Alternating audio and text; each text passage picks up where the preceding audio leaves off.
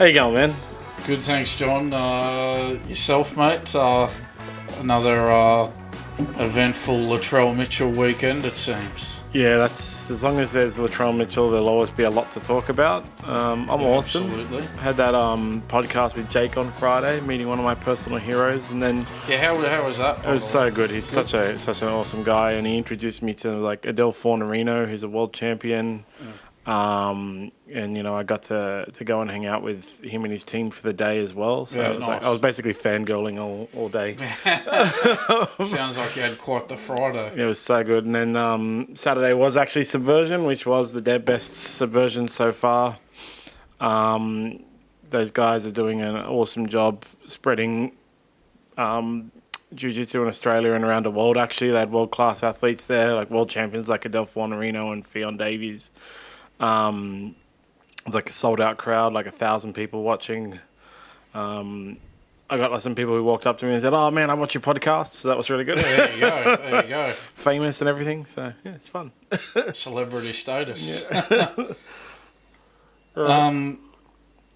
This Latrell Mitchell circus has just rolled on into another week.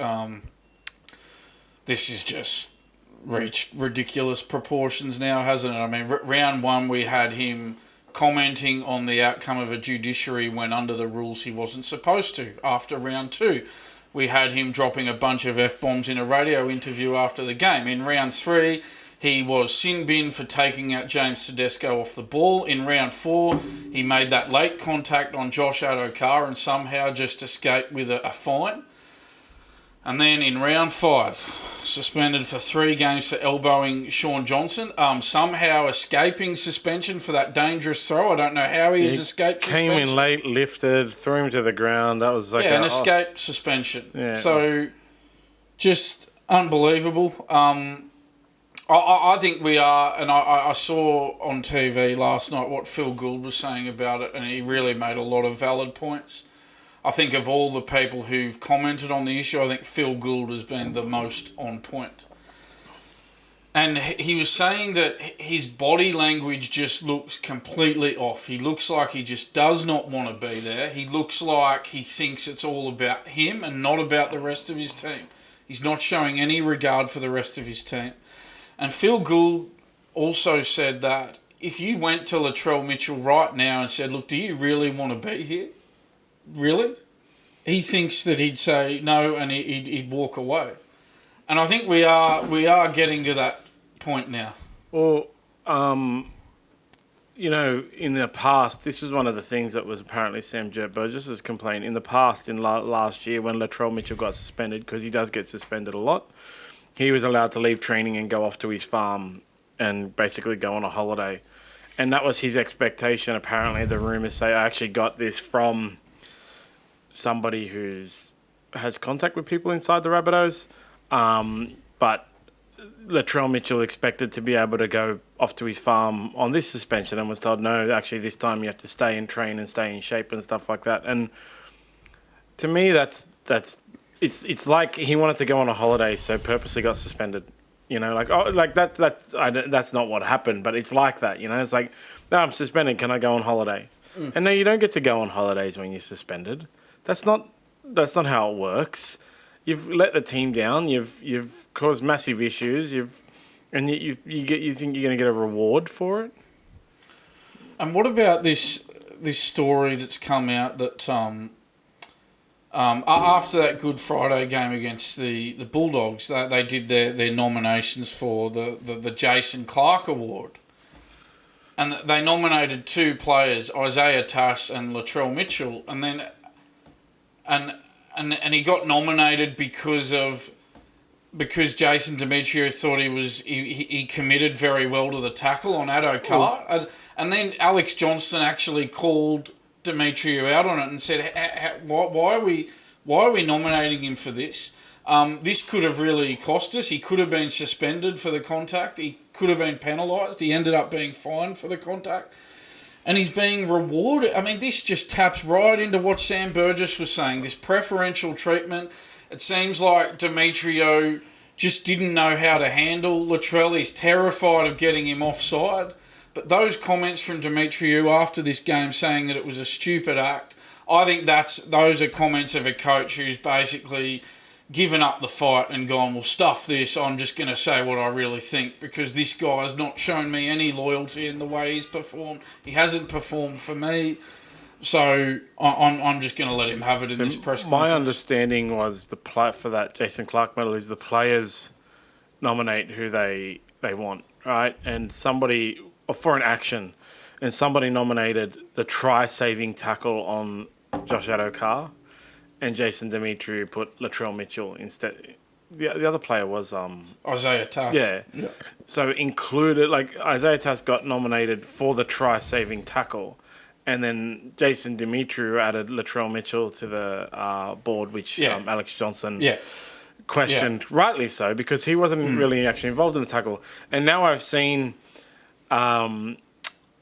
highlight reels of Latrell Mitchell with that exact act, for the past 3 years. I saw like a 4-minute highlight reel of him doing the exact same thing to many, many, many different players. He's got form. So Billy Slater, as we all know, used to slide in with the knees, and the rule was changed that you're not allowed to lead with the feet to prevent tries, or lead with the legs to prevent tries. And Latrell Mitchell is sliding in with the hip to prevent tries. He's got form, he's done a lot, and finally one came off really badly. And so when that happened to Billy Slater, they banned that action. So why haven't they looked? They banned it actually immediately in the middle of a season, or at the end of a season, but it was during a season. And why haven't they taken action for that as well? It just seems like, really, I don't know what it is from the top down about Latrell Mitchell that they just won't take any action against anything that is normal for what they would do for every other player. From not just from the top of the Rabbitohs, but from the top of the NRL down. As you said, he got charged and suspended for that the elbowing Sean Johnson in the head, but nothing for the lifting tackle. Nothing. No, it's unbelievable. Which other player would get away with that tackle without any suspension? I can't think of anyone else. Just going back to those Jason Clark Award nominations. Yeah, so what happened was Jason Demetriou wrote on the whiteboard the winners were Isaiah Tass and Latrell Mitchell, and then obviously Alex Johnston's called him out on Latrell Mitchell, and then Demetriou said he wanted to applaud Latrell for the effort he showed to get there. So that was how that went down. One other thing I wanted to point out as well was now this Blake Solly, the CEO of South. Now apparently Latrell's going to have some meeting with South this week. We've got another meeting to make it look like they're doing something about it when they're not really doing anything about it. And Blake Solly said, and I quote, "The meeting was scheduled well before the match against the Warriors." Who is buying that? What a load of nonsense. If they had have won that game against the Warriors and Latrell starred in that game, do you really think this meeting would be taking place? I don't think so. This is clearly just a way of massaging this PR-wise, again, to make it look like they're doing something about it when they're not really doing anything about it. This ongoing Latrell Mitchell behaviour is... I honestly cannot understand it. And I've never seen anything like it before in the game. There are players who in the past have considered themselves bigger than the game, like Josh Dugan. He was always in trouble, but he always got in trouble. He always got in trouble from his club, from the league. He got sacked multiple times. In the end, he actually got sacked from Cronulla. Todd Carney was another one, suspended all the time for off-field behaviour. They kept giving him chances, but Latrell Mitchell, they just seem to do nothing. That's just the thing. I've never seen anything like that in which they have a player who continually does bad things, represents the game poorly, represents his club poorly, constantly does what you could call grubby play, and doesn't get in trouble from the game, doesn't get in trouble from the club, has a few meetings. When he gets suspended, he usually goes on holidays. It's just a bizarre thing. What does Latrell Mitchell have on every person? And this is the thing as well. Often you see a lot of excuses made and, maybe special treatment for players who actually win you games. Look where South Sydney are on the ladder at the moment. They're dead last. Yeah, even the Titans are above him. Yeah, so he's not having an impact on the result. If you're going to protect someone this much, at least protect someone who's winning your games all the time. This guy is not winning them games. Yeah, I don't understand. That's why I say I can't comprehend it. Nobody I know in the game or out of the game can comprehend it. They don't. What does Latrell Mitchell have on the CEO of the NRL and all of the South Sydney Rabbitohs management to prevent him from having anything happen to him? And you know what? He's under contract on $1 million a year until the end of season 2027. Oh my God! How long are South Sydney going to be prepared to put up with this? Where do they go from here? How do they handle this? Do they really think that sacking the coach, which, by the way, if he loses this game against the Sharks, I think, he's going to get sacked. It's going to happen. That's the Sharks, then the bye, then the sacking. We can be pretty clear about that. He'll go. And it's Ben Hornby will be taking over. I have this news. I got this. And even if they were to win that game against the Sharks, well, after the bye, they got the Storm and the Panthers. So at some point in the next month, he's going to go. It could be after this weekend. It could be after the Storm or Panthers game, but he's not going to be there much longer. I think we're all pretty clear about that. From what I've heard, it's Ben Hornby will take over. They're approaching Wayne Bennett, Craig Bellamy, who's meant to retire this year, and Sam Burgess are their three target people to coach. If it's Craig Bellamy or Wayne Bennett, then it would be for a 1-year contract to develop the new coach, find a new coach for a year.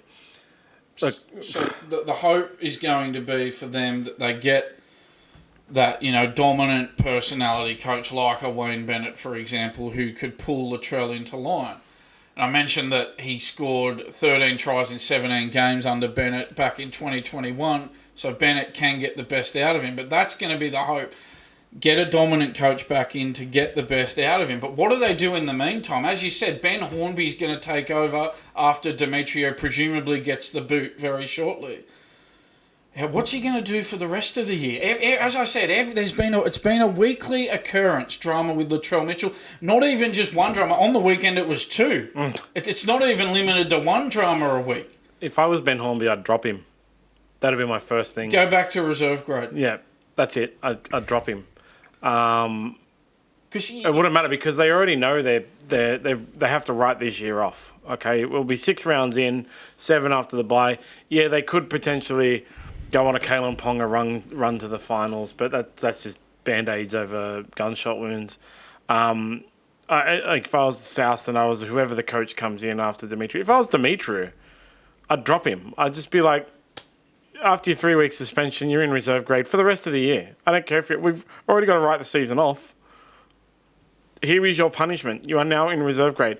If he doesn't want to play in reserve grade, if he doesn't want to meet the terms of his contract, then he can go. Other clubs might take him, but they'd be stupid to. This is the thing. So he's on $1 million a year at South. I'm a Bulldogs supporter. You're a Dragons supporter. Right now, would you take him on half that money at your club? I would not. I wouldn't take him for anything. Would you even take him on the minimum wage at the moment? I wouldn't take him for anything, even if South were going to pay 100% of his wage. No, and that's what I mean. Like, other clubs might take him, but I don't think many would. Because he'll destabilise the culture of your club. I really don't think many would. South. I would hazard a guess that perhaps Wayne Bennett would take him at the Dolphins. I know Craig Bellamy wouldn't. Surely Craig Bellamy wouldn't. You would have to assume, based on his history, he wouldn't do it. But I think Wayne Bennett might take him. But the best thing for Latrell, for the game, not for Latrell Mitchell, honestly, I'm getting to the point now where I think everyone should stop caring about what the best thing for Latrell Mitchell is for him to be dropped to the Atherton Roosters, not even to the New South Wales Cup, to be it was Todd Carney, yeah? Todd Carney sacked and off to play for the Atherton Roosters and work in a pub for a year, or a Jake Friend go work in a sandwich shop for a year. Learn what you have so that you can learn what you have making that you can learn what you have the potential to lose. That's what they need. Like Todd Carney, when he went off to the Atherton Roosters and worked in the pub, he went well for a few years, and then obviously there was the bubbler. But that was at the long line of a bunch of much worse things. What led up to Todd Carney being sacked was way worse than Todd Carney allegedly pretending to pee in his mouth in a bathroom, all right? It was off the back of much, much, much worse off-field behaviour. Jake Friend was the other one. Like, he went away and then he came back, and then there's a redemption story, you know? And if anybody really wants to redeem Latrell Mitchell, that's the kind of thing that he needs to learn what he has. Because what he has right now is, like you always talk about, there's people out there doing it rough. They don't have $1 million a year. There's nurses and firemen and policemen and public servants and teachers and stuff that don't earn enough and, you know, there's a housing crisis. There's a cost of living crisis. And you got Latrell Mitchell, like, constantly having tantrums. And then just the constant media love in on him, like the pity party for him about how it's all racist and stuff like that. But it's like 22% of the league is Aboriginal Torres Strait Islander, and like I think it's over 50% now is like Aboriginal Torres Strait Islander and New Zealander. The other people aren't getting targeted. No. There's literally hundreds of players that play week in, week out that aren't getting targeted. Josh Addo-Carr is probably the second biggest Aboriginal name in the league after Latrell Mitchell. That guy is loved universally by everyone. It's not just Dogs fans that were angry at Latrell Mitchell for knocking him out and putting him out of the game and putting him out of subsequent games. You know, it was everyone in the league, because every rugby league fan wants to see Josh Addo-Carr fly, you know? And so the pity party, the media jumps on board about how, like, we're going to have an Adam Good situation and all that kind of thing. This just continues the stupidity. It continues the ridiculousness. And it's really like, it's somebody has to draw the line and say, it's just over now. It's done. We're done, okay? You've had your 6 weeks, and your 6 weeks is nonsense. Every week we have something with you. Go play for the Atherton Roosters, mate. Like, that's it. Go play for the Atherton Roosters. All these people that are like, oh, you know, the biggest danger will be, like, I really worry that the game will lose Latrell Mitchell. Honestly, man, at this point, who cares? Someone else will come along, okay? There are even if you worry about, like, such a vocal and, like, you know, I always talk about, he does so much community work, vocal and community work. Being a rugby league player doesn't exclude him isn't the only thing that makes him do the community work, all right? So he can continue to do that. He doesn't have to be in the NRL. Obviously, being in the NRL helps. But there are plenty of other players, young and up-and-coming, new superstars, current superstars, that hold themselves to a higher regard than Latrell Mitchell does. He honestly looks like he does not want to be there. Yeah. And it's not time for South Sydney to just, you know, say that they're having a meeting and pay it lip service and make it look like they're doing something. No. It's time for them to sit down with him and have a really honest conversation about whether he wants to continue in the game. Yeah. And if he doesn't, okay, then take the steps to, you know, to get him out of his contract, whatever you need to do. But they need to have that brutally honest conversation with him. No more lip service, no more PR spin, no more, let's do this to make it look like we're doing something when we're not really doing anything, which is what's been happening for nearly 12 months now with him. No. Now's the time for real action. Now is the time. Well, don't let it slip any longer. You got to also wonder, like, if Jason Demetriou is actually a better coach than his record shows. He just, in his inexperience, he's unable to handle Latrell Mitchell. Yeah, I suspect what's happened. I think you've hit the nail on the head. I suspect what's happened with Demetriou is, I think he knew how much he relied on Latrell and Cody Walker to have success at South. And I think he didn't really know how to handle the two. And I think that he probably went into it going, look, I think with these two, the softly approach is my best option here to get the best out of them. And it looks like he's made the wrong call on that, given the results. And it seems as though he's about to pay the price with his job on that. Yeah. He's taken the wrong approach with these two. He's gone softly on them. Instead of, you know, repaying that good nature that he's shown towards them, they've gone the other way, and they've taken it as an invitation to not work very hard, to put on a poor example for the rest of the squad there, and the whole club's just been smashed to pieces, basically. Read a piece today that was like the person you actually should feel most sorry for is Cam Murray. Because he's the captain and he has... It's not... You can't say he does anything bad. He does the best he possibly can with the cards he's been dealt. And unfortunately, he's been dealt this card with Latrell Mitchell that nobody can control. If the coach doesn't get the backing from the coach, and maybe like that's like the thing about Demetriou is maybe he had to go the softly approach, not just because he thought this is the people that I most rely on, but he's been there for a few years with Wayne Bennett, right? And he saw during that era how the club treats Latrell, and so when I'm not going to get any backup. So that's the same with like Cam Murray, you know. Like you got to feel for Cam Murray because obviously as the captain, one of his jobs as a captain, a senior player, is to pull people into line. But I'm sure Cam Murray sits there and goes, "Why would I bother? Because even if I do, I won't get any backing from the coaching staff. So I just have to let Latrell Mitchell run wild." You know, it's when you've got an unruly child in your house and you know you can't do anything about you can't do anything about it because the parents aren't gonna back you up. You just have to let them run wild. Like, what are you going to do? And you would think that amid this fierce criticism of Latrell that there'd be some sort of positive response in his performance, a response, you know, a really good game to silence the critics. But as Phil Gould pointed out, there's no response from him. He just doesn't respond at all. Well, what was on the weekend? He had ran 88 metres or something like that. I was just looking up, but I saw that from one of the TikToks I follow. Like, it was something like really, really pathetic for a fullback. And this idea that some people saying, move him to the centres, that's not going to do anything. You think that's going to change anything? That would have done something if the issue wasn't so... The issue with him is not the position that he's playing. It's you know, like three weeks ago when we didn't have all of this ongoing information and continued thing, it was like when you have that small pool of information, like he's just playing badly, and Jack Whiteney's playing well, you could say like, let's move him to the centres because he's putting up centre numbers, right? But now you realise it's irrelevant. The position is irrelevant. Yeah, it was 84 metres. 84 metres he ran on the weekend. For a fullback? For a fullback. You know, Jack Whiten ran 149. Tane Mill ran 234. Isaac Tuituopo Thompson 160 and Isaiah Tass 85.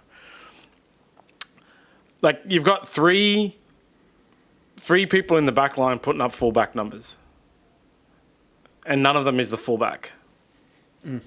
The centre is putting up centre number. I can't fault Isaiah Tass, you know, like 85, 9 runs for 85. Because the thing with the centre is you can only run as much as the ball comes to your side.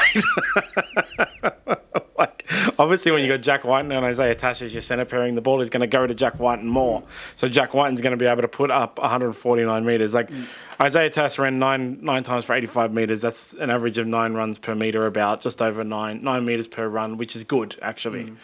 I mean, again, Demetriou has made some misjudgments as well. I mean, with Sam Burgess was in charge of their defence last year, and with him departing, Demetriou was told we'll put in we need a senior coach to help you with the defence. With Sam Burgess leaving the club.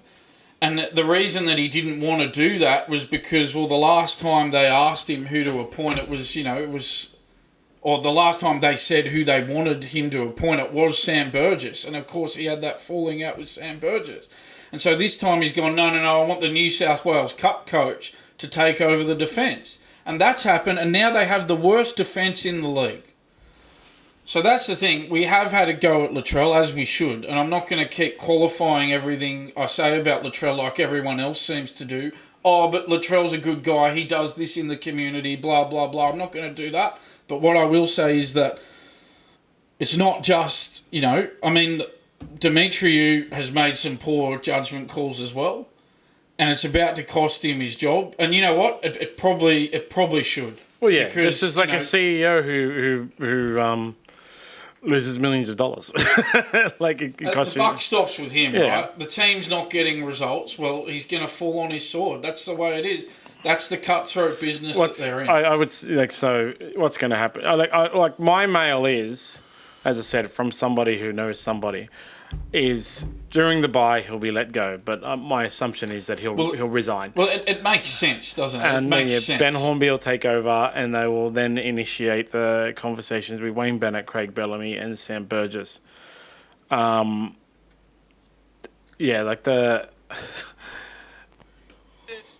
But with Latrell Mitchell there, unless it's a Craig Bellamy or Wayne Bennett who comes in, it's nothing's going to change. Like Ben Hornby was one of the guys that was touted to take over at the Dragons before Anthony Griffin, and then after Anthony Griffin as well.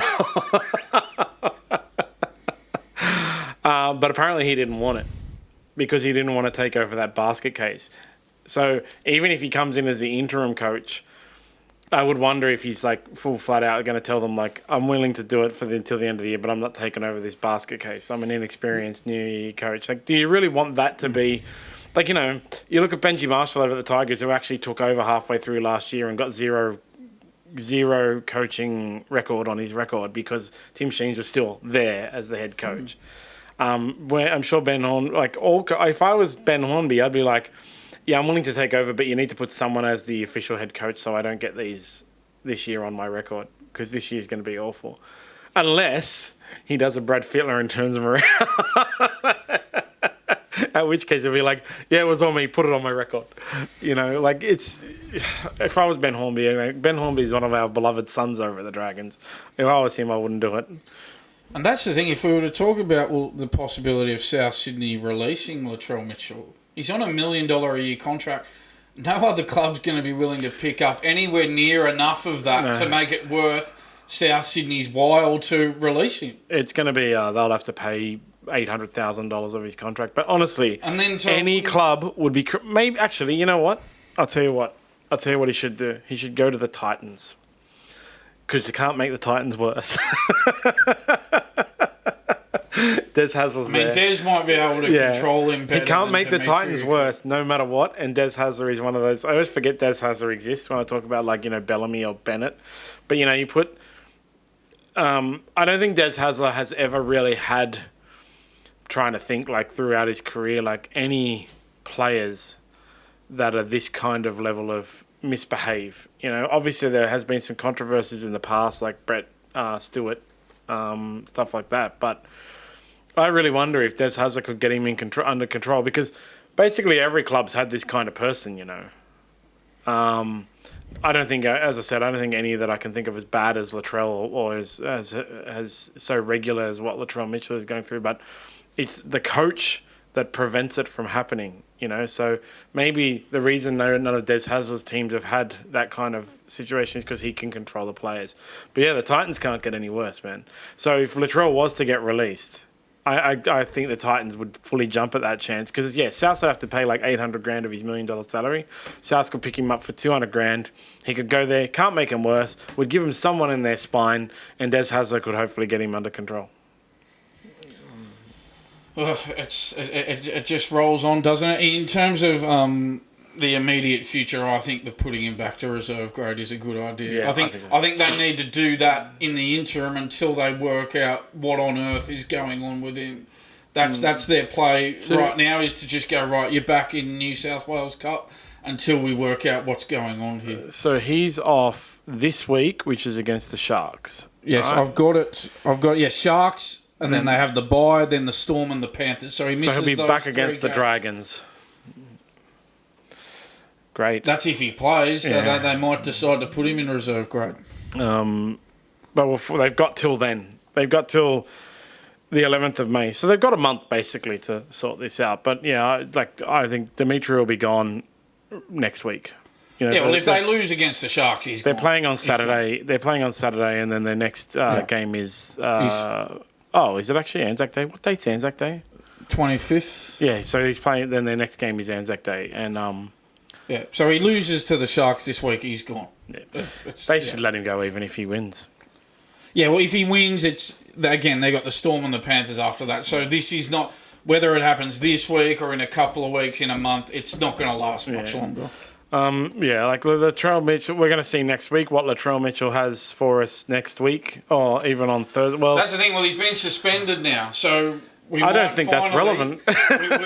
we might finally get again. It was funny on Thursday where I said I'm hoping on Tuesday we get a podcast where we don't talk about Latrell. Well, that's obviously hasn't happened. Dan, just remember the first round was a split round. Yeah. Oh, yes. They weren't playing for a week. How silly of me. We still had Latrell Mitchell. So even when he doesn't play, he's there. But we do have Mitchell Pearce coming on Thursday. Sends his apologies for today. I'm sure we'll probably have something to talk about with him about Latrell. He actually played with Latrell Mitchell. Yeah, so we will ask him about this issue. Yeah. We'd be silly not to. Be interested to hear his point of view on it. Yeah, and that's honestly, guys, it's just our opinion. I think that's maybe the fourth or fifth Latrell Mitchell. Honestly, guys, it's just our opinion. On to the Friday night. If you haven't noticed, we've got a bit of a different format now. Where we'll just address the hot topics in the game and in sport around the world. But one of the hot topics in the game was on Friday when the Bulldogs screwed up my tipping. They made hard work of it. 26-0 half-time lead with Tedesco off for a HIA, Walker off for a HIA, Young sent off, Radley sin bin, and they nearly bombed it. Anyway, they got the win. A win is a win. I was pretty worked up at the end of the game, if you can imagine. Well, look, but in since 5 then, years, the dust has settled a little bit. In 5 years, you're just going to look at the score. Yeah, exactly. Yeah, that's a win's a win, right? But it was Especially pretty at this horrifying. time of year. Pretty but horrifying. It was a fright. Yes. Yeah. And then early in the game, Blake Taff ran down Dom Young. And then a little bit later, Dom Young knocked Blake Taff out. Yes. Yes, so it was a shock, and like that was a scary kind of hit. It was late, reckless. Dom Young's arm was straight up around the chin, and Blake Taff was immediately knocked completely unconscious. And so I thought rightly, like I was listening to it on the radio, and then I watched the footage a bit later, and I thought rightly, Dom Young got the send-off. Not a sin bin, it was a send-offable offence. It was not so much as an old-fashioned coat hanger, but it came pretty close to a coat hanger, and that's a send-offable offence. In the press conference, on the other hand, Trent Robinson wasn't happy about anything, let alone this. Most important, most vocal about this. So somehow he said that it shouldn't have been a send-off, clocked him straight in the head, squarely in the head, knocked Blake Taff out on the spot to the point where he went back and it looked really bad. Oh, yeah. And he says that it shouldn't have been a send-off. Is he kidding himself? Maybe it's time for Trent Robinson to, instead of criticising the officials over this, maybe it's time for him to have a bit of a look at himself. He gets the best recruits every year. This year it was Spencer Leniu and Dom Young. Spencer Leniu in round 1 gets himself suspended for 8 games for a stupid racist comment. Dom Young, the other star recruit, gets himself suspended for a shocking head-high tackle and gets sent off, and it costs them the game. If he stays on, the Roosters win that game. Well, I would have to say so, yeah. You would have to think that if they had 13 on 13, they would have got that done. Even if it was 26-0 at half-time, they would have got it done. Well, they got it back to 30 to 26 exactly. with 12 men. If they had 13, I think they probably would have got the win. Dom Young, the try scorer as well, so yeah.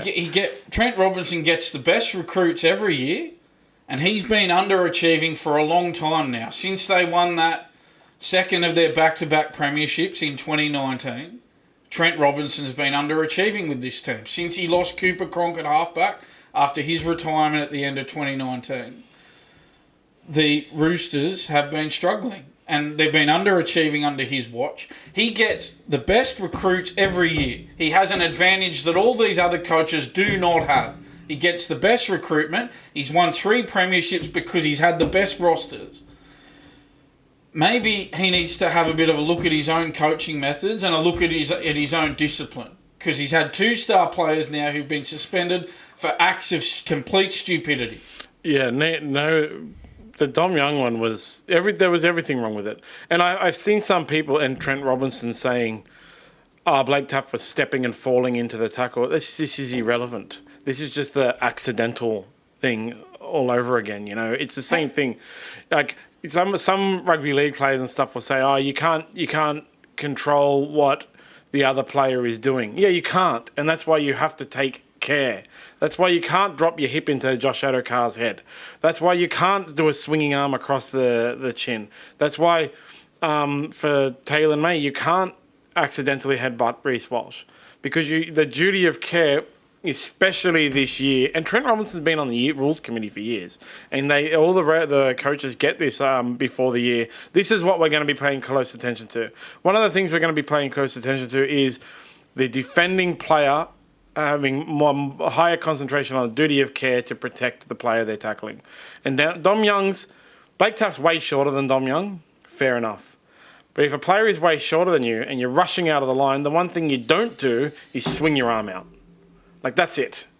Go for a low tackle. I mean, it's harder for a tall person to get down to a double leg, but too bad. Because that's what you're doing. He was rushing out of the line. If you're going to rush out of the line, you got a duty of care there to make sure you don't clock Blake Taft across the face. A fair send-off. And Trent Robinson whining about it in the press conference. Even then, they should have won.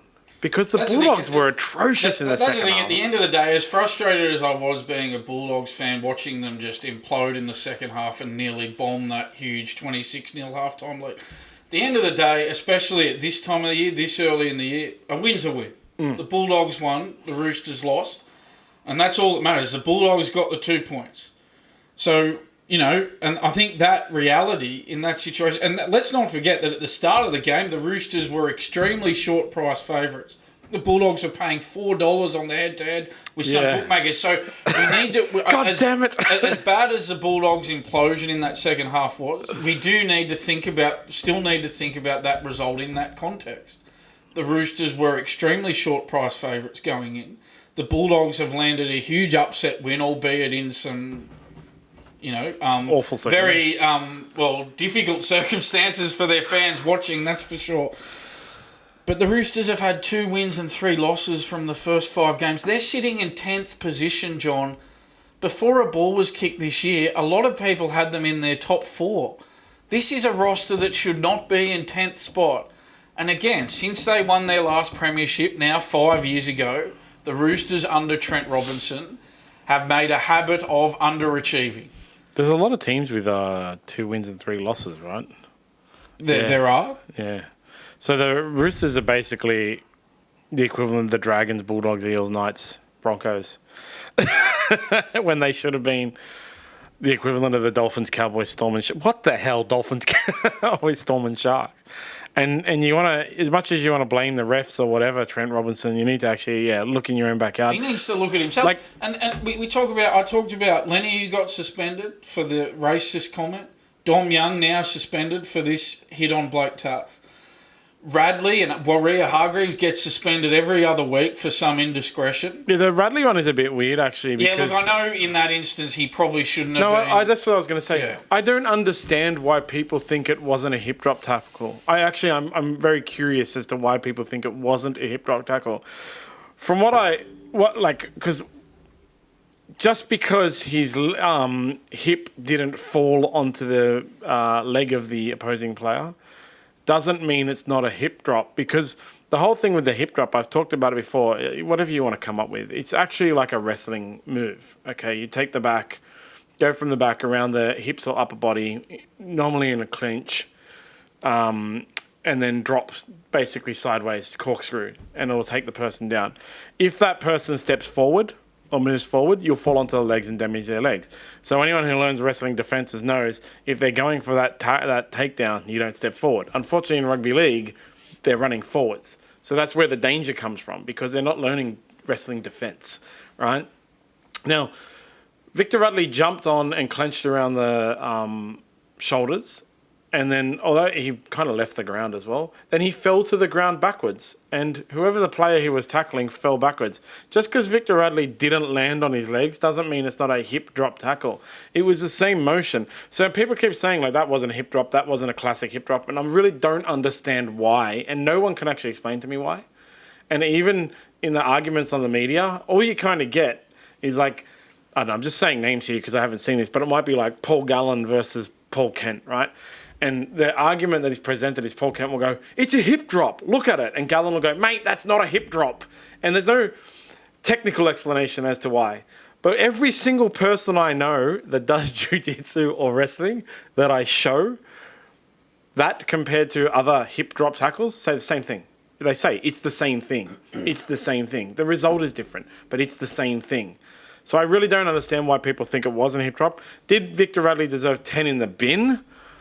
I don't know, because I don't really understand, again, the hip drop, the ruling for the 10 in the bin. Because there's been some this year that looked pretty goddamn shocking to me that didn't get 10 in the bin, and some that looked a little bit less shocking that did get 10 in the bin. And then you have Phil Gould arguing there was a Dolphins game where it was a clear, really damaging hip drop tackle, and he was saying the player wasn't moving, therefore it's not a hip drop. So yeah, I don't understand why it's not a hip drop actually. If we just put Latrell Mitchell to one side for one moment in this conversation, Radley and Warrior-Hargreaves are probably the two worst behaved players in the NRL for getting suspended, getting charged, and so Trent Robinson doesn't seem to have done anything to address their discipline. He's had 2 new recruits, as I've said, who've come in this year and got suspended for acts of stupidity. So instead of lashing out at the officials, maybe have a look at yourself and your own methods here, Trent, and maybe work out why your roster, which is one of the best in the league, is currently sitting in 10th spot on the ladder. And maybe you need to look at ways to stop underachieving every year rather than lashing out at the officials in frustration because you'd lost a game that you were the overwhelming favourites to win. Well, they were playing the 15th, 16th place Bulldogs that have been terrible this year. The Bulldogs have been terrible forever. Are they going better now this year than they were last year? I think about the same now. To be honest, at this time of the year, you're not really looking at ladder position, are you? You're looking at wins and losses. After 5 games, 2 wins, 3 losses. That's not too... I mean, it's not great, but it's not, it's not the end of the world. Last year they were 3-2. Well, for a team like the Bulldogs, it's not the end of the world. Last year they were 3-2 and in 8th at this point of the year. But, yeah, who cares, actually, at 2 all you're looking at is how many games we've played, what's our win-loss record. Yeah, you're not looking at the ladder position. Round 5 is the thing you look at when I say you're not looking at ladder position, but for a team like the Roosters, who are one of the highly fancied teams... Well, maybe you are looking at that. Round 5 is the games you look at for the ladder position in round 25. When you're like, man, if only we had won that game in round 5. But yeah, it's the Roosters have got. Who have they got this week? Something easy, right?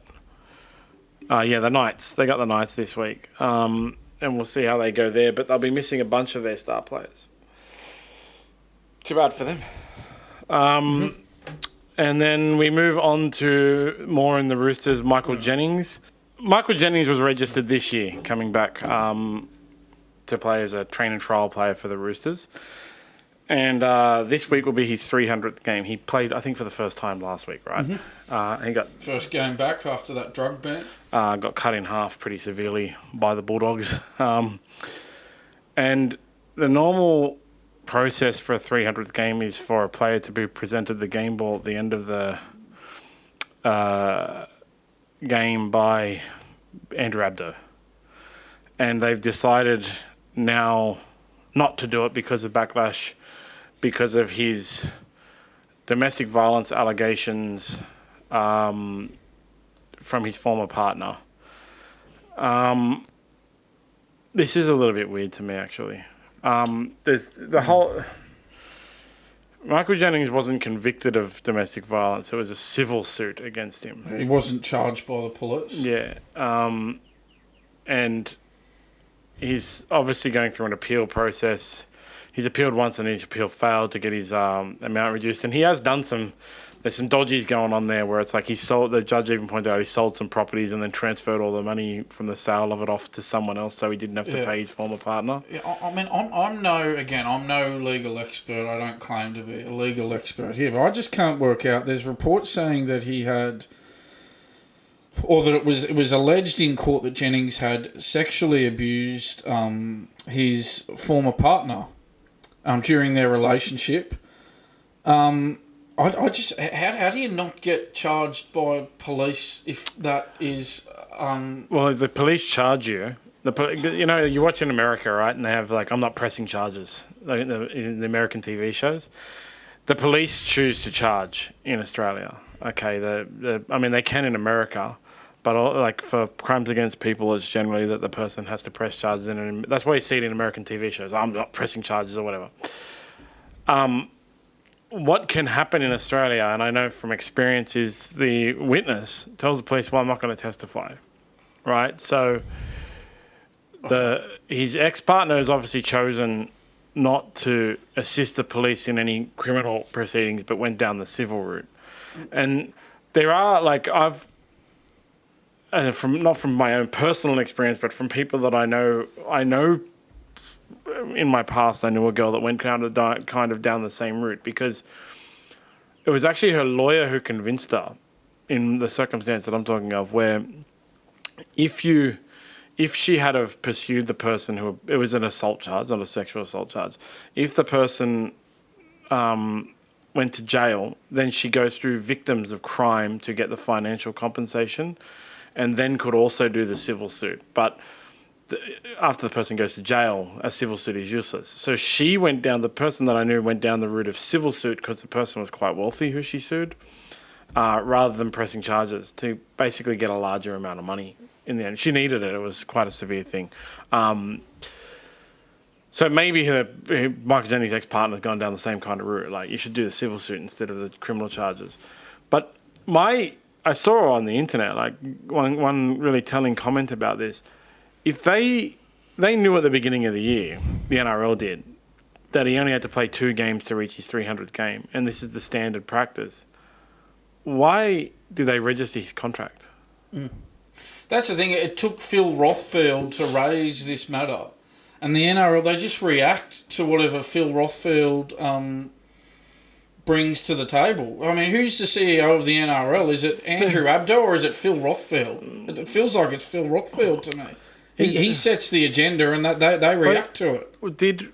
And so the other thing is about that, Phil Rothfield when Michael Jennings was registered, because everyone knew he was registered last year, did Phil Rothfield raise it then? And I think Michael Jennings' ex-partner did at the time, but no one took up the call. Okay, I'm not aware of Phil Rothfield having raised it at that time, but what I am aware of is that Phil Rothfield's the one who's raised it this time, and Andrew Abdo's reacted to it. It certainly hasn't been raised by Andrew Abdo. It was actually, so the ex-partner, I can't remember her name, like the ex-partner actually raised it, and then Phil Rothfield ran with it this time. You know, so because when he was registered last year, his ex-partner was quoted in news articles saying, like, you know, this is bullcrap. How you let this guy back? Because you know, the rugby league in itself, like, often has this like forgiving attitude because they're like famous, they're sports stars, right? The clubs in the NRL will do anything for. We talk about Latrell Mitchell, right? And they've let, like, you know, Matt Lodge and Josh Dugan and Todd Carney and Jake Friend, all these guys that just rattled off before, get away with, like, you know, terrible things and then come back and get the forgiveness and stuff like that. Denny Wicks was a drug smuggler, you know, this kind of thing, right? The thing with all of it that I always raise with when I have protests to these kind of things is, has the person said sorry, like, not to me or whatever, but to the person that they've and shown that they are sorry and shown they're trying to improve their life. And what's come out with the Michael Jennings one is like, yeah, like there's some weird thing where he owes $500,000 to his ex-partner, and he went and sold 3 of his properties and got $1.6 million, and then transferred that $1.6 million to someone else. And so he has nothing now, but he actually does have something. And that, to me, smacks of someone who's not ever going to pay his $500,000.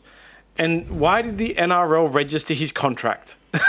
Like, that's the thing. Why did the NRL register his contract? And I spoke about the Roosters' recruitment decisions and what's gone wrong with their new recruits. Well, this is another one that falls into that basket. Why are the Roosters signing a player who is clearly a questionable character? All right, the police haven't laid charges here. We'll point that out. But you don't get asked to pay $490,000 in damages for personal injuries for no reason. If nothing went down, if nothing happened here, why is he being asked to pay $490,000 to her? why, with knowledge of that, have the Roosters decided to go ahead and sign him? As you pointed out, why have the NRL registered his contract? Why has this happened? Yeah, and why have they put themselves in a situation where this could become an issue? And it's not even an issue that they were aware of themselves. It was Phil Rothfield who brought this to the table. Yeah. Phil Rothfield wrote to Andrew Abdo an open letter saying, "Oh, Andrew, you can't go on presenting the ball." And Abdo's reacted to that and gone, "We're not presenting him with the ball." Everything with the NRL is just react. Where's the pro action? Who's the next 300 game player that's not going to get the ball is my other question about this. Like, what does it actually take? If Matt Lodge was to get to his 300th game, is he going to get a ball? If Josh Dugan had gotten to his 300th game, was he going to get a ball? If Danny Wicks had gotten to his 300th game, was he going to get a ball presented to him? Michael Jennings getting the ball. It's just not being presented to him. I don't even know they presented. Who the hell hangs around for that? That's the thing. Like, you can have your position on whether he should have been allowed back in the game or not. The fact of the matter is the NRL didn't have to register his contract. They could have decided not to. They don't have. It's their game. They decide who's registered and who's not registered. They could have just said, no, we're not dealing with this. It's too hard. Given his history, we're not registering his contract. Yeah. That would have been a lot easier than having Phil Rothfield write you an open letter saying, don't present him with the 300th game ball. And that's what I mean about, like, I don't mind the NRL re-registering players that have done bad things, like Danny Wicks, for example, right? Danny Wicks got done for ecstasy smuggling or trafficking or whatever the hell he did. And then he came back and played a couple of years with Parramatta. I don't mind that because Danny Wicks did his time, accepted guilt, apologised to, like, the world, showed that he was contrite and changed. You know, now he does a lot of community work with telling young kids in these actual regional areas, apparently, like, guys, this is how you get messed up in this stuff. Whereas Michael Jennings is doing, like, the sneaky and selling properties and stuff and not accepting guilt, not, like, continuing the appeal. And the NRL has registered his contract. I don't understand why. This hasn't been very publicised, to be honest. And, like, why? Like, this is the kind of thing where I would expect NRL fans to be booing him every time he touches the ball. But the fact that the NRL registered him, don't they do, like, these background checks and go like, no, we can't have Michael Jennings back in the game at the moment. There's some dodgy going on. Surely it was a very simple conversation that should have taken place before they registered his contract. Yeah, and then you have guys like Todd Carney who had problems with alcohol and stuff like that, and to get him registered and contracts registered and stuff like that, they had to go and have meetings, and Josh Dugan was the same, right? So those two guys never did anything. Like, I mean, Todd Carney drove drunk and stuff like that. Like, that was terrible, but never did anything like That's this. The thing. There's a difference between,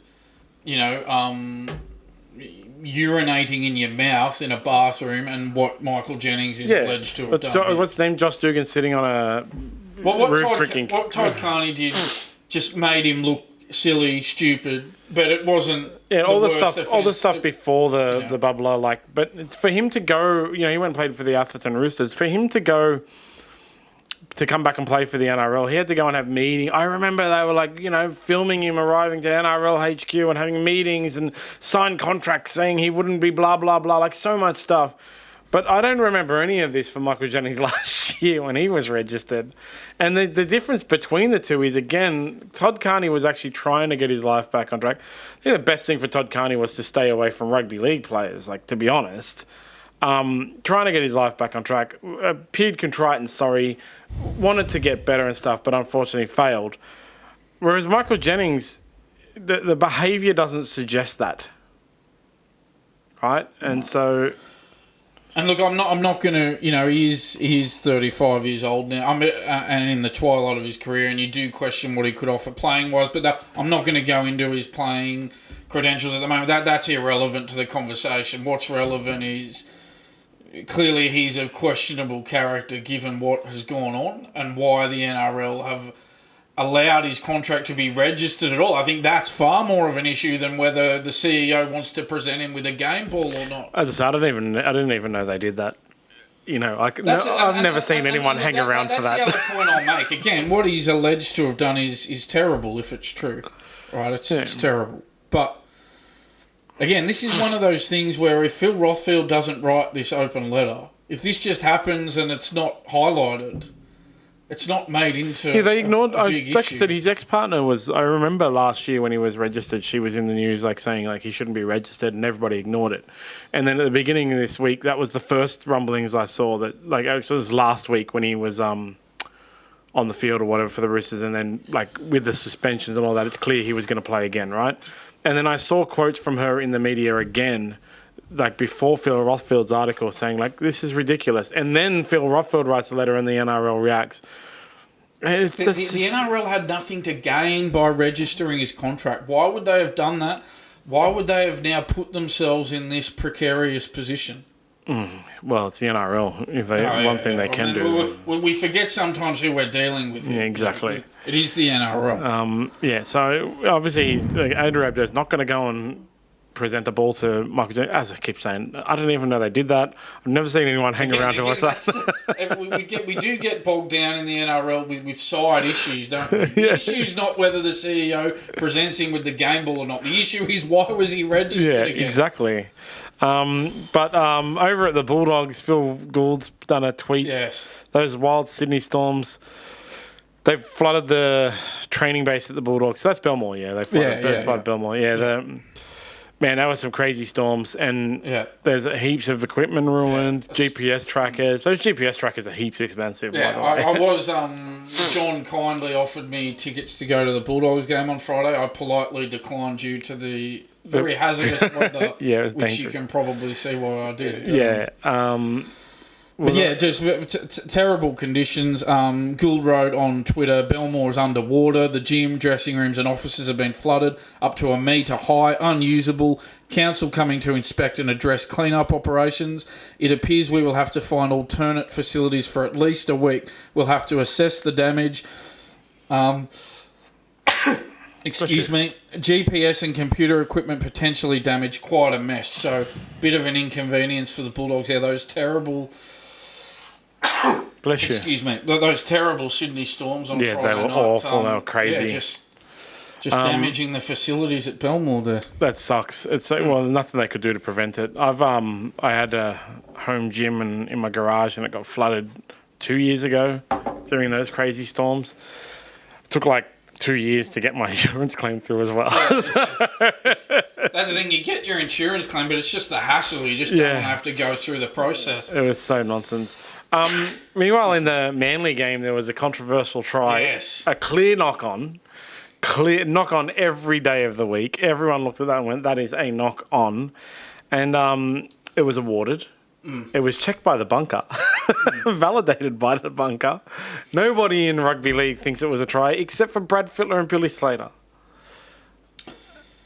Yeah, you might hate on me, but I'm going to say that I agree with Fittler and Slater. No way, man. That was I'm going to respectfully disagree. Look, what I would say, though, is that the issue for me is that technically under the absolute letter of the law, I think the ball did travel backwards, but they give this a knock-on every day of the week. Yeah, because it's the direction of the ball is irrelevant to the rule. It's the direction of the hands. The issue with me is, if you... And Graham Annesley was quoted as saying, I love the Graham Annesley explanations with these, John, every time something like this happens. But what he said was that he gets frustrated that a lot of the time the referee just gives it as a knock-on when it actually is a knock-back. And you go, yeah, okay, Graham, but why doesn't this happen all the time then? Why is it that every time, that even when it goes backwards, they still call it a knock-on?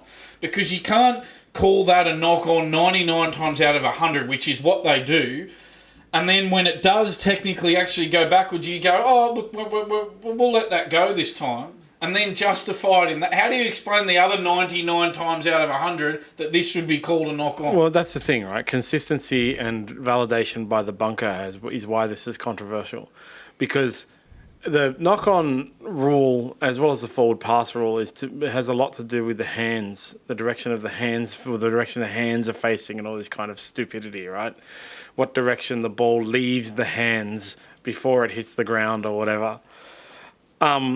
And yeah, like every other time of the week, every other time, that's a knock-on, okay?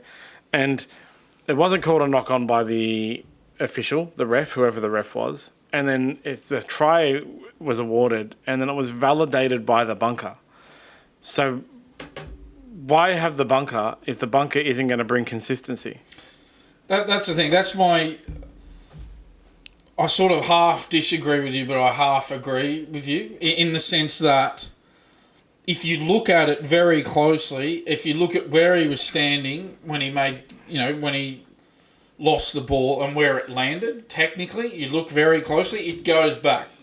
But as I just said, they never, ever, ever, ever, ever call it that way. They always call that a knock-on. That's why it's not a try, no matter what, whether it's like, no matter what the direction it goes. Because in the game before and the game before that and the game before that and the week before that and the round before that and the season before that and the year before that and the past 100 years, it's been a knock-on. And then there's just one where it's a knock one back. in 100 years, it's let go. The knockback and revalidated by the bunker, everything. Like, checked and confirmed and validated, 100% that one was knocked back. What about all the rest? Okay?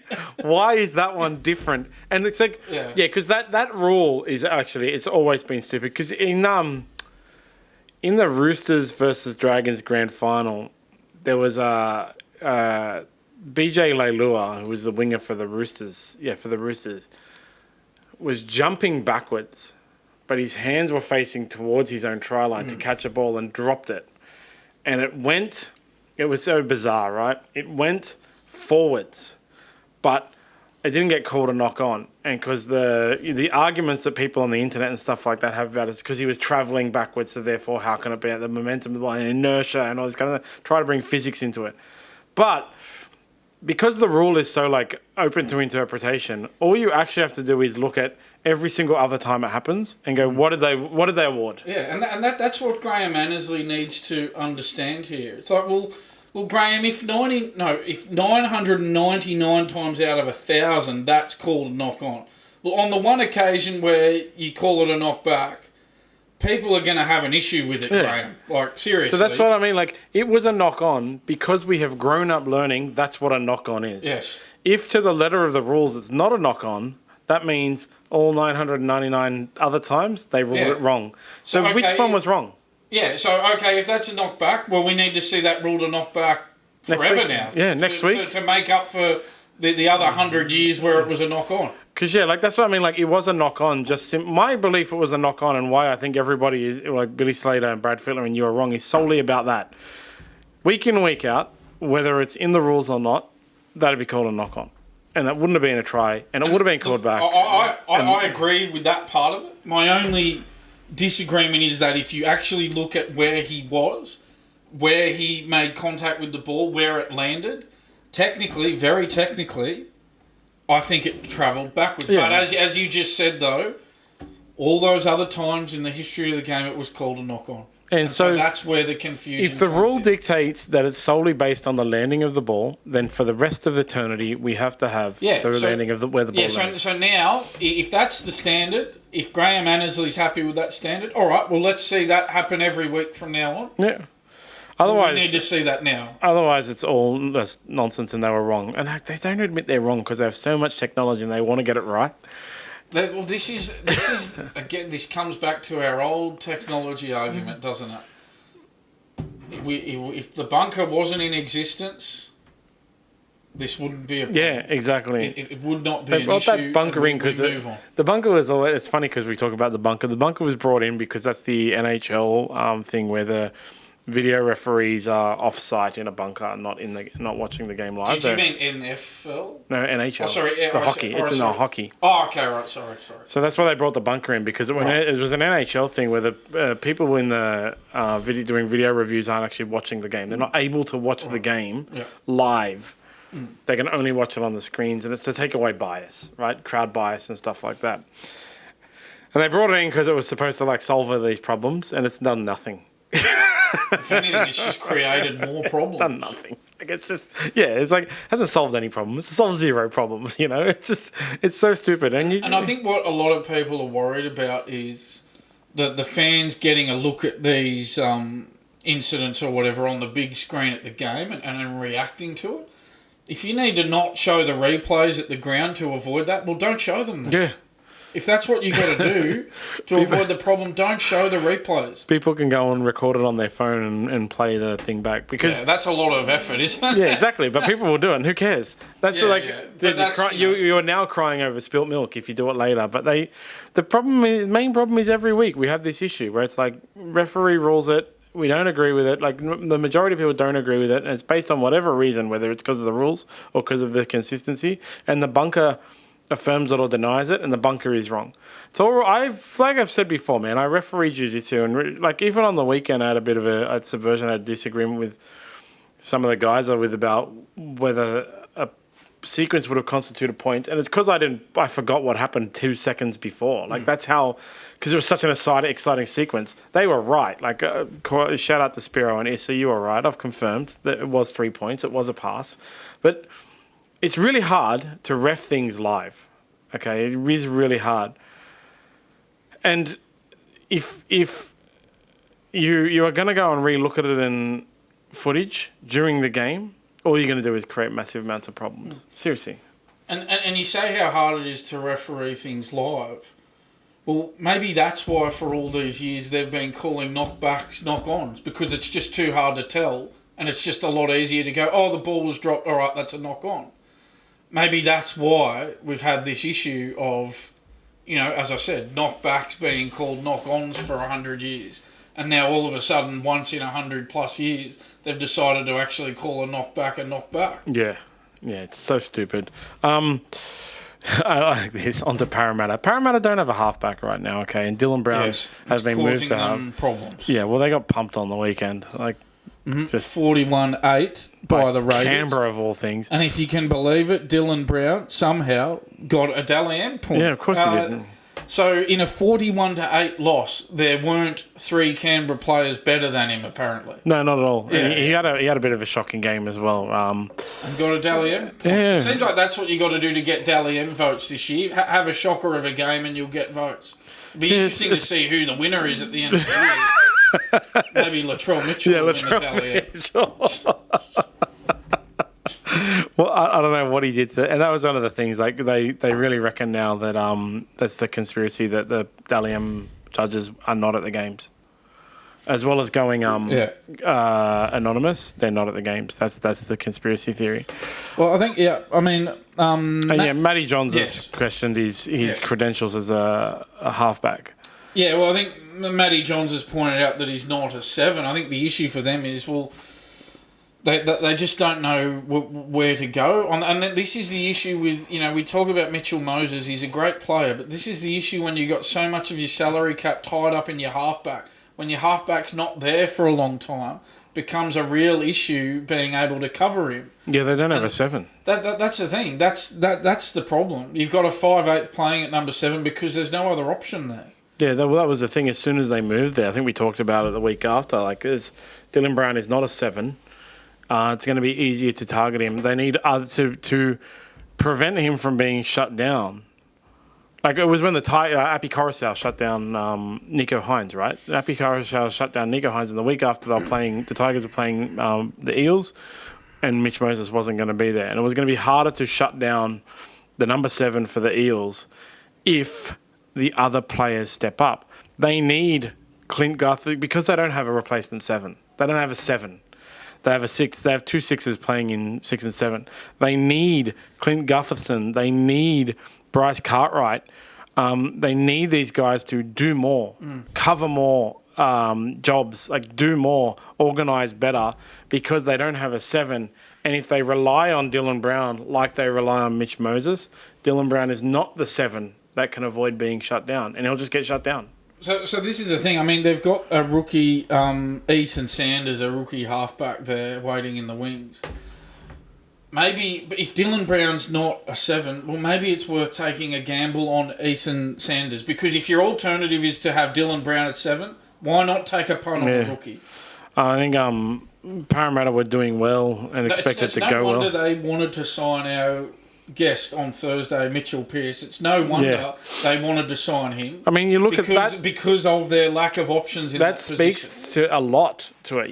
Exactly what you're saying. Like that speaks a lot to their lack. They have so little options as a 7, they looked to sign a retired player in a temporary contract to cover their 7. They have literally no one. Yeah. So much so that they had to go. Like, Pearce is a great 7, and it'd be awesome to have him, but he's 100%. retired and he hasn't played since the Super League Grand Final. Yeah. I'll tell you what, you'd love him stepping in for Mitchell Moses at the moment, wouldn't you? Sorry, I shouldn't have said guest. He is one of our ambassadors. Yes, Sorry, yeah. SmartBee ambassador Mitchell Pearce will be on with us on Thursday. Yeah. I can't wait to ask him about that and that Parramatta approach. So Pearce is one of my favourite players of all time. I love the guy, so you're going to have to table a lot because I'm going to be fangirling the whole time. It was hard enough for me on Friday to meet my all-time favourite Australian Jiu-Jitsu competitor, Jake O'Driscoll, and then I got to meet Adele Fornerino and hang out with her all day and stuff. It was, oh my God. But Mitchell Pearce, oh my God. Yeah, anyway, so the Parramatta has no options. I mean, they can put in a young, just blood in, but they that's the thing. If they're getting beaten 41-8 with Dylan Brown, they may as well. They may as well. That's what I was going to say. They're in this crucial moment right now. Like, it's round 5, round 6. Round 6 this week, yes. Yeah. But that's the thing. If it doesn't work out with Ethan Sanders, the rookie, well, it wasn't working with Dylan Brown anyway. Yeah. So you may as well take a punt on a rookie. They're actually in this crucial time right now. Unfortunately for them, they've got the rampaging Cowboys this week, but they're in this really crucial time right now where they've got to get some wins to move up the ladder before the Origin period and stuff like that, before post-Origin period, because they don't want to be sitting with only a couple of wins in 3 or 4 weeks. They don't. It's going to be too hard. It's about them with the closeness of the ladder. I mean, let's just say the ladder is not as important right now, but it's ridiculously close right now. And this is, we talk about it's all well and good to have that salary cap model where you put a lot of your money into the key positions, but this is the downside of it, is that when one of them gets injured, you lose so much of your salary cap for a large chunk of the season, and that really puts you under the pump, because you can't. If Mitchell Moses is on, I'm not sure, is he on over $1 million a season? I think so, yeah. He'd be on. If he's not on $1 million a season, it'd be close to it or just over it. This is the issue. You can't then replace him with someone who's worth what he is worth. So this is where you fall into a real hole, spending a lot of your salary cap on not many players. Exactly. Like, you look at the ladder right now, and every single team in the top 8, except for the Cowboys, has won 3 games. The Cowboys have won 4. They haven't had a bye. It's a really precarious position right now. What happens over the next few weeks will really set it up. And then you look at the bottom 9, and 7 of those teams have won 2 games.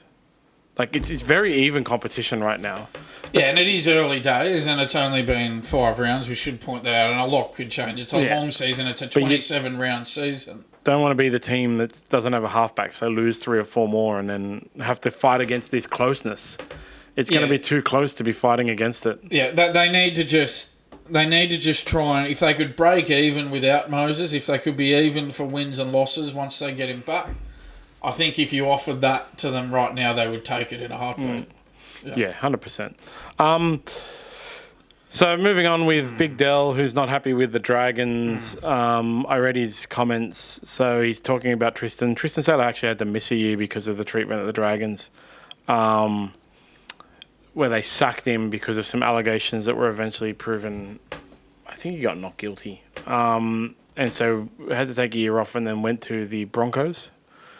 And he's performing quite well at the Broncos in the absence of Reece Walsh. Now, what he said was the Dragons treated Tristan Saylor. The treatment was disgusting, and he also mentioned that there were other players they did the same thing to during that time. That was Anthony Griffin's time. What are your thoughts on that? I think everything that happened from the end of Paul McGregor through to now, basically everything the Dragons did was disgusting. One of the massive issues with the Dragons that I've had for many years with their underperforming years is the fact that they went from, they had this period of time before Bennett where you had things like Trent Barrett doing naked push-ups or whatever on a pub thing, and they weren't the best behaved club in the league. And then they went to this point where the worst thing they did all year was they were a bit loud in a KFC and the manager had to ask them to be quiet.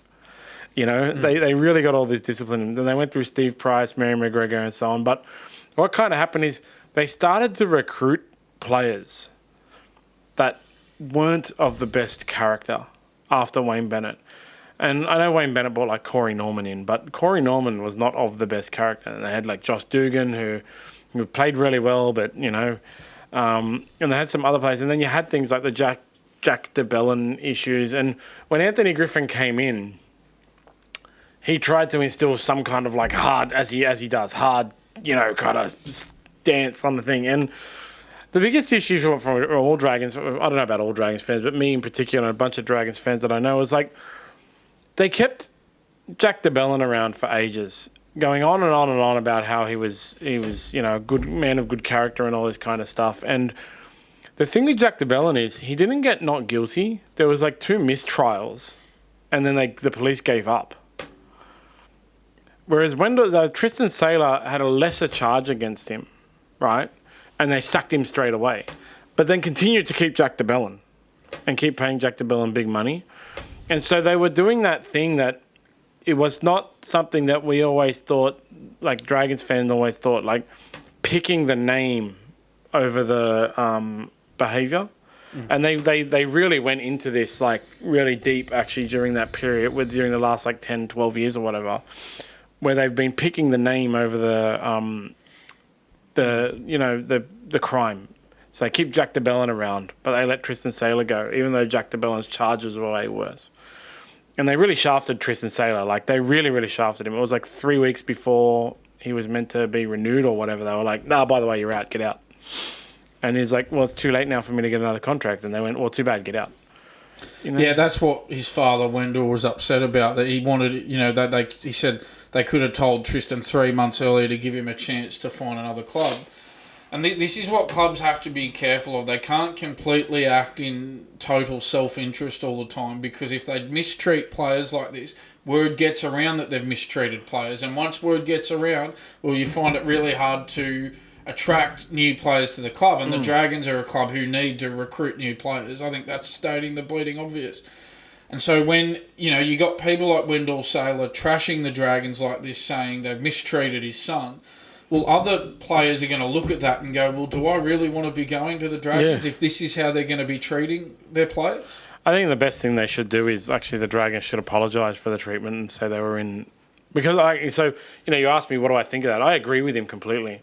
Because they were in this period of time where they were actually a terrible, terrible, terrible kind of club overall, from a attitude and personality kind of as a club, as an entity.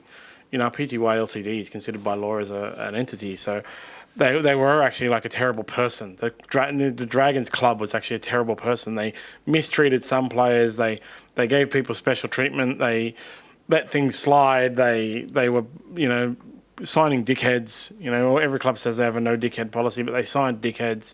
And Tristan Saylor was found not guilty, and you know, like it was.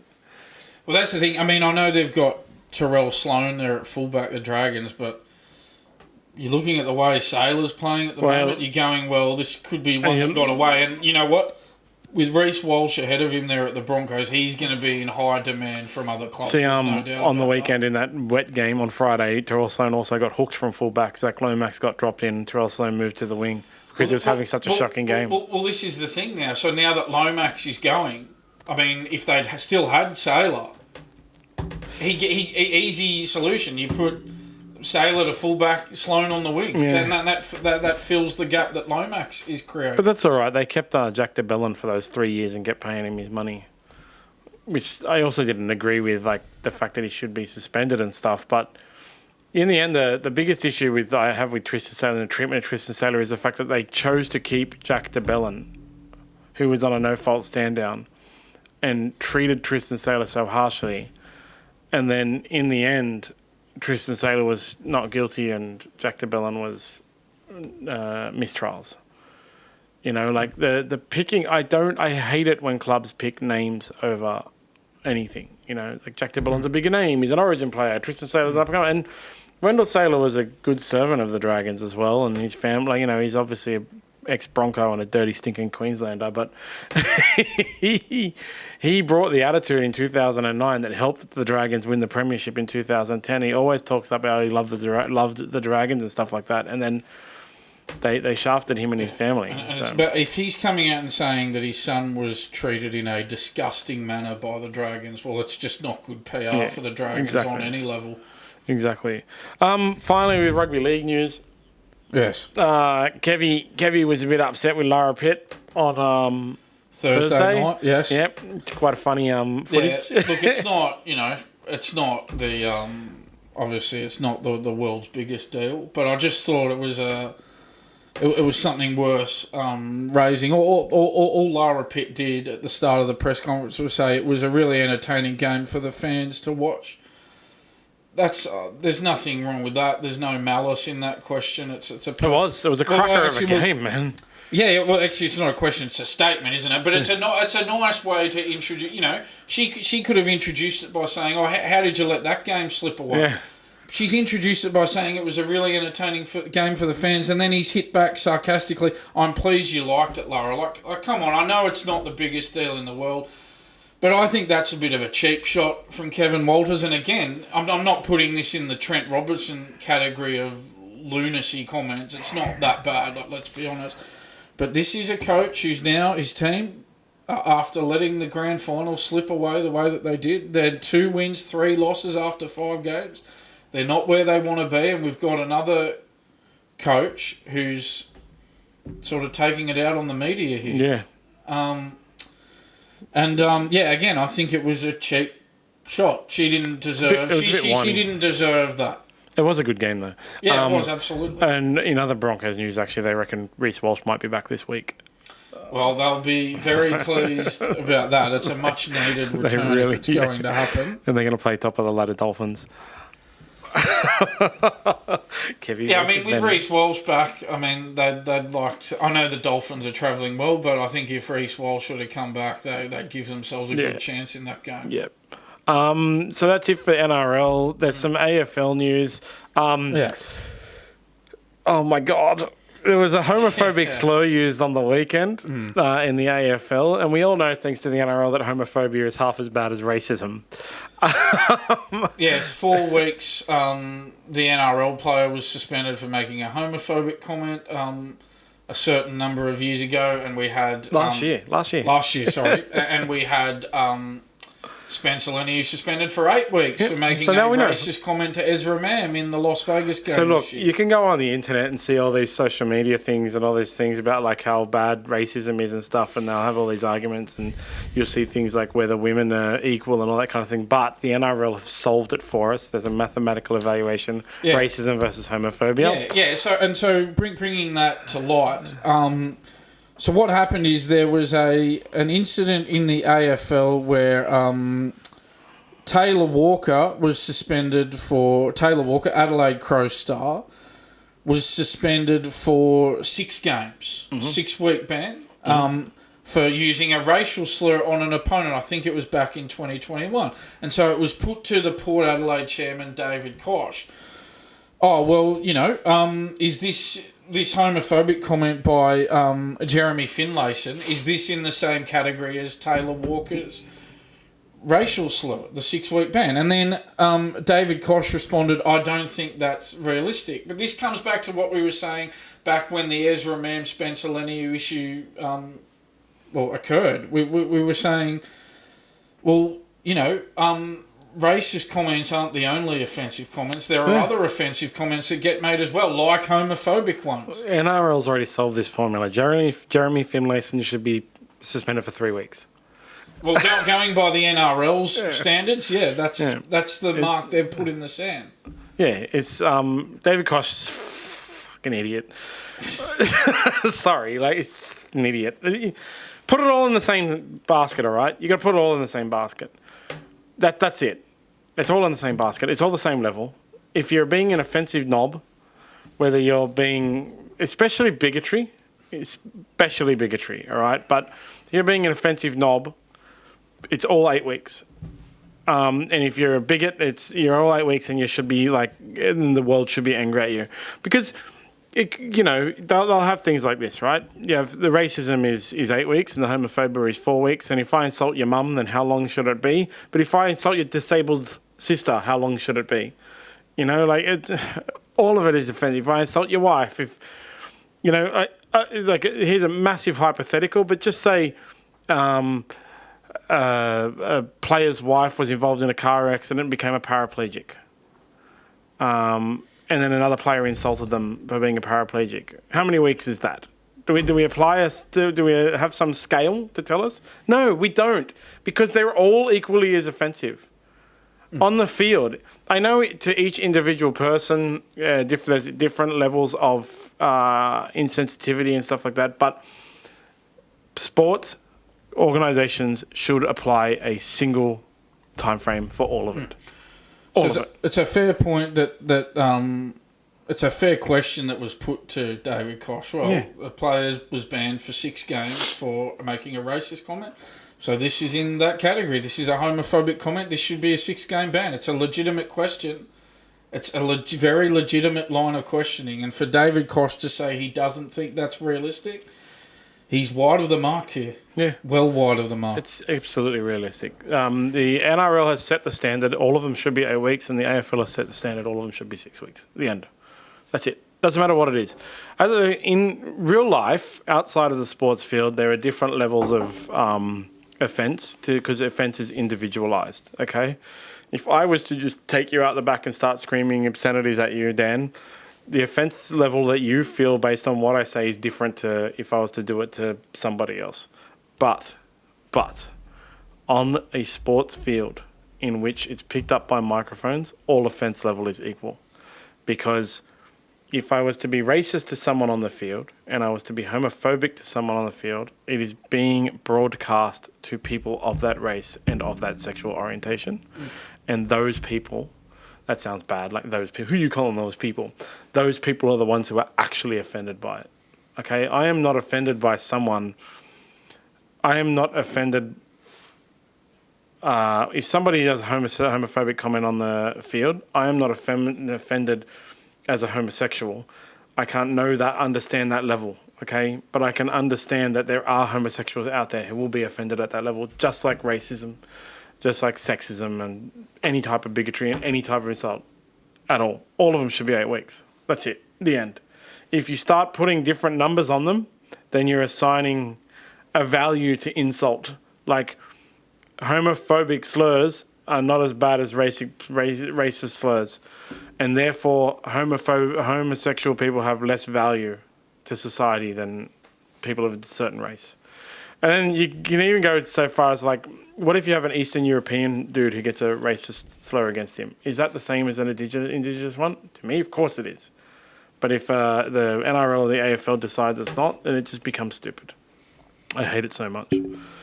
David Koch is an idiot. He's wide of the mark here, that's for sure. Yeah. He's put his foot in it, absolutely. And Jeremy Finlayson should get 6 weeks. On to tennis.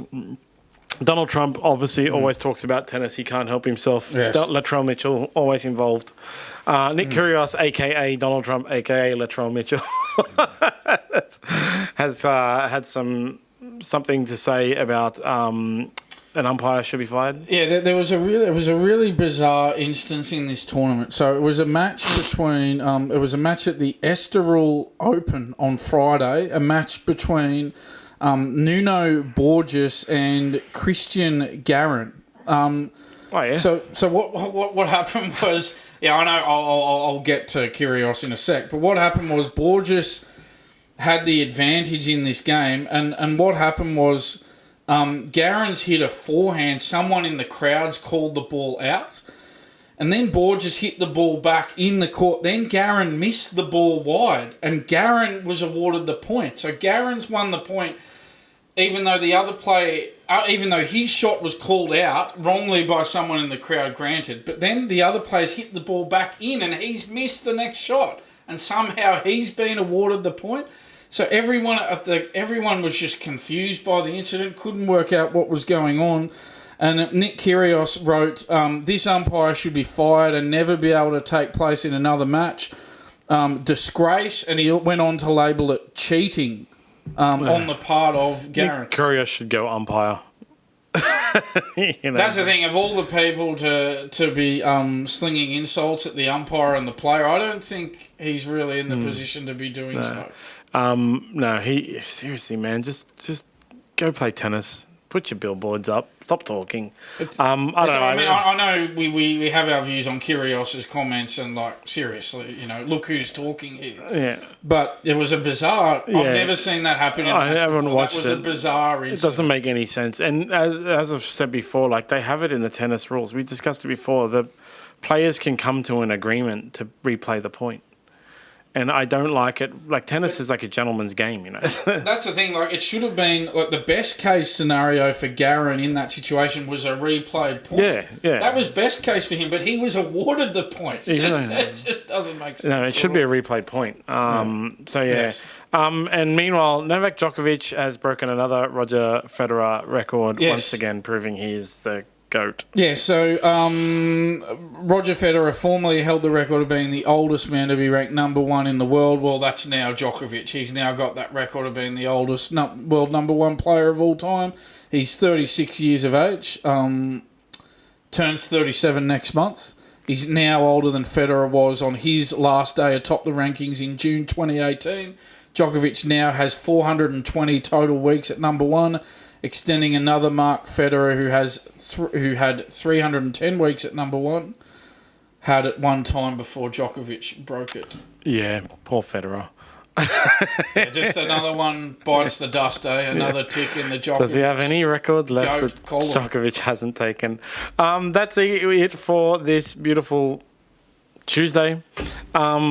As we said, Mitchell Pearce will be in on Thursday to discuss all things rugby league. SmartB ambassador Mitchell Pearce. Very excited for that.